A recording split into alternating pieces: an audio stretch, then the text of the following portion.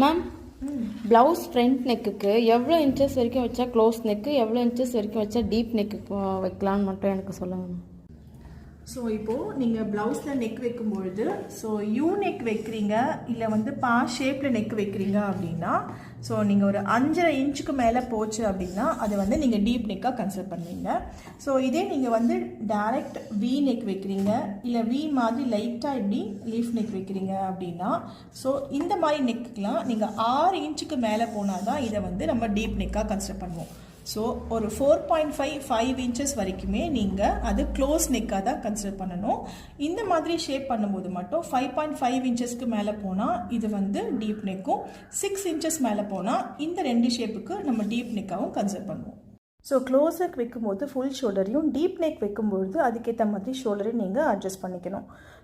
உங்களுக்கும் இந்த மாதிரி நிறைய டிப்ஸ் அண்ட் ட்ரிக்ஸோட ரொம்ப ப்ராப்பரான வேலை நீங்கள் ஃபேஷன் டிசைனிங் கோர்ஸ் லேர்ன் பண்ணிக்கணும் அப்படின்னா உங்களுக்கான opportunity coming June month new batch start பண்ண போகிறோம். உங்களுடைய சீட்டை மறக்காமல் புக் பண்ணிக்கோங்க.